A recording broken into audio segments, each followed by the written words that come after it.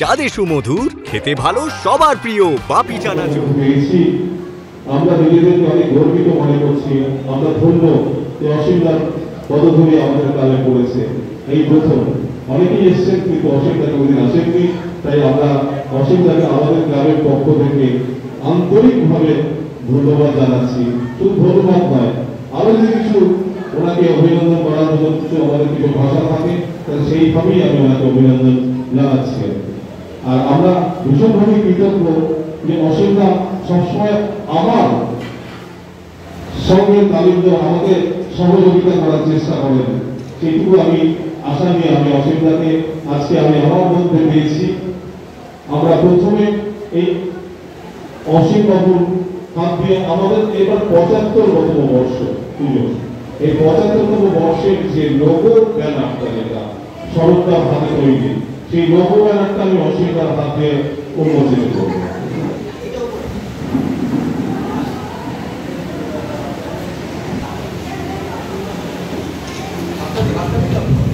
সকলে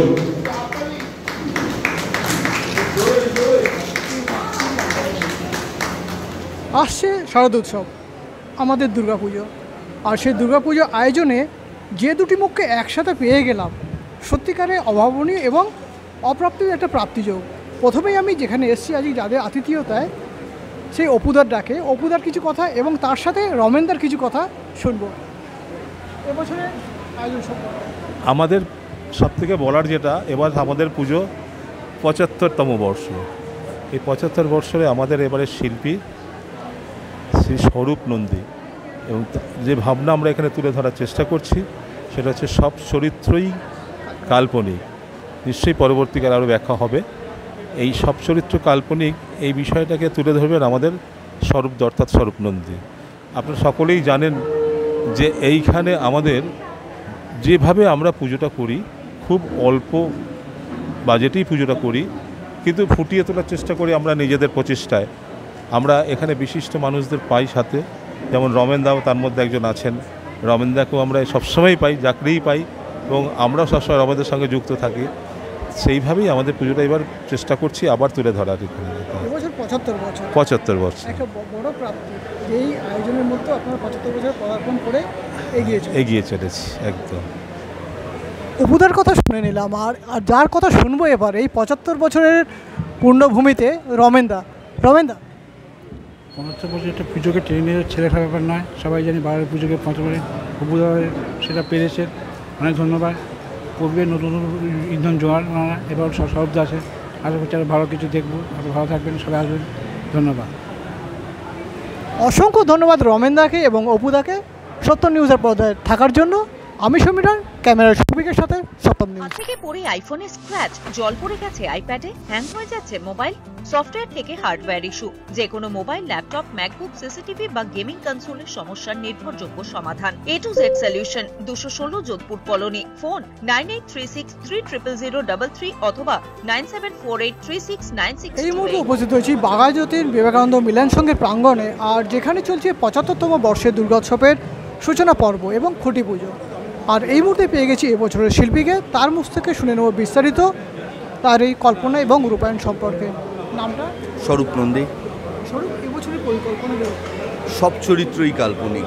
পুরোটাই তো কাল্পনিক। মা দুর্গার দশা কে দেখেছে? না, মানে আমরা তো মা দুর্গার যে যত শিল্পীর রূপ দেখি না কেন, তার মধ্যে একটা নিজস্বতা থাকে।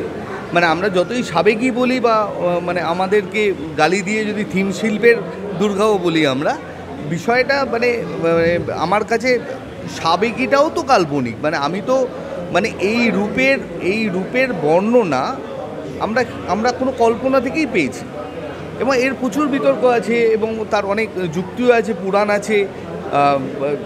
আমরা যদি তাৎক্ষণিক বিশ্লেষণ করি, সেক্ষেত্রে আমরা বাগবাজারের ঠাকুরের সঙ্গে আমরা অন্য ঠাকুরকে, অনেকেই হয়তো বলে বাগবাজারের ঠাকুর দেখার পরে মনে হয় না তো থিম ঠাকুর দেখার দরকার আছে, কিন্তু ঘটনাটা হচ্ছে বাগবাজারের ঠাকুরটাও তো কোনো শিল্পীর কল্পনা।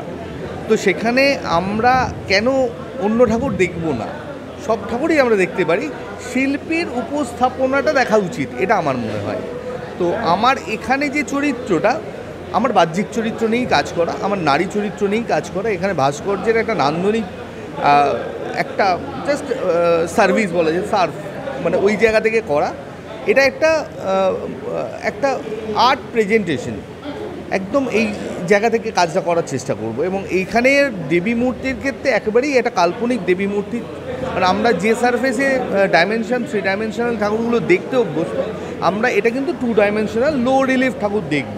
এবং এটার মাধ্যমটা হচ্ছে পোড়ামাটি, মানে টেরাকোটা, আয়রন এবং উডেন ফ্রেম, মানে এই নিয়ে একটা প্রেজেন্টেশন এখানে একটা মিশ্র মাধ্যম, একটা মানে একটা মিক্সড মিডিয়ার একটা স্কাল্পচার, এইটা উপস্থাপনা এখানকার। উপস্থিত দর্শকদের বা শুভানুধ্যায়ীদের কীভাবে আহ্বান জানাবেন? মানে অবশ্যই মানে আমার একটা মানে কী বলা যায়, মানে ইন্টারনেটের ল্যাঙ্গুয়েজ আছে, মানে নেটে নয় হেঁটে দেখুন, মানে সেটা যেরকম আমি অবশ্যই চেষ্টা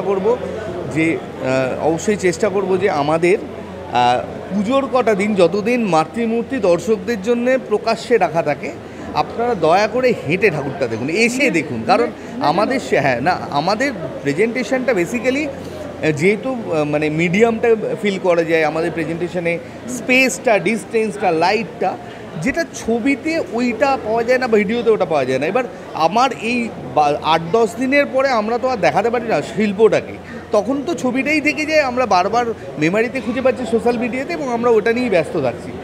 একটু কটা দিন ছবি তুলতেই আসুন, সারা বছর আমরা দেখব সেই উপলব্ধি থেকে। না, এটা আমার নয়, এটা ইন্টারনেটেরই ট্যাগলাইন। মানে আমরা যারা দুর্গাপুজো করি, যখন ইন্টারনেট বেস একটা সময় কোভিডের সময় সবাই বলছে যে আমরা ফোনে দেখে নেবো, আমরা ঠাকুর দেখতে যাবো না, হ্যাঁ সেটা একটা খুব খারাপ সময় গেছে, আমাদের সেটাই মানা উচিত হয়েছিল।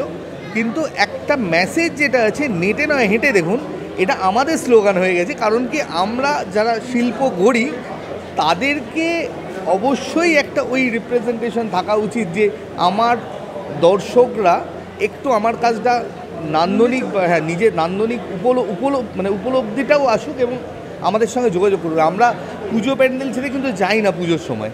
কোনো না কোনো সময় যদি মনে হয় যে হয়তো ভিড় হয়, আমাদের খুঁজে পাওয়া যায় না, হয়তো বুঝতে অসুবিধা হচ্ছে, বোঝার কিছু নেই। কারণ মানে দৃশ্যকলা তো দেখেই উপলব্ধি করতে হয়, শিল্পীর ভাষায় কিছু আসে না, যায়ও না। তো ওই দেখাটাই দরকার, মানে আপনারা আসুন, দেখুন, উপলব্ধি করুন। অসংখ্য ধন্যবাদ। আমরাও চাইবো আমাদের দর্শকরা আসুক, দেখুক এবং শিল্পীকে আরও উৎসাহ দিন। সঙ্গে থাকুন, দেখতে থাকুন। দুর্গাপুজো মানেই সবসময় কিছু একটা স্পেশাল, আর বিবেকানন্দ মিলন সংঘের দুর্গাপুজো মানে তো আরও স্পেশাল। প্রতিবারেই আমাদের একটা থিম পুজো হয়। তো আগের বছর হয়েছিল অঙ্কুর, এইবার হচ্ছে সব চরিত্রই কাল্পনিক। আমি তো এক্সাইটেড থাকি। আমার দুর্গাপুজোর প্রায় 3 থেকে 4 মাস আগে থেকে প্ল্যানিং শুরু হয়ে যায় যে আমি কি করব না করব, কোন জামাটা কোন দিন পরবো, কি খাওয়া দাওয়া হবে, সব। আর তাছাড়া আমি 2016 সাল থেকেই মানে বিবেকানন্দ মিলনের সঙ্গে সাথে যুক্ত আছি। আমি তো খুব এক্সাইটেড প্রতি বছরের মতো। আর আমি প্রতিদিন আসি, আমি রোজই বলতে গেলে ঠাকুরটাকে দেখি, তো আমার খুব মজা হয়। বন্ধুদের জন্য বলবো দুর্গাপুজো খুব ভালো করে কাটিও, দুর্গাপুজোর শুভেচ্ছা রইল। খাও দাও, মন দিয়ে পুজো দেখো। প্যান্ডেল তো বুকিং করতেই হবে। ভয় নয়, আপোষ নয়, শুধু সত্য খবর পরিবেশনার প্রত্যয়। সত্যম নিউজ।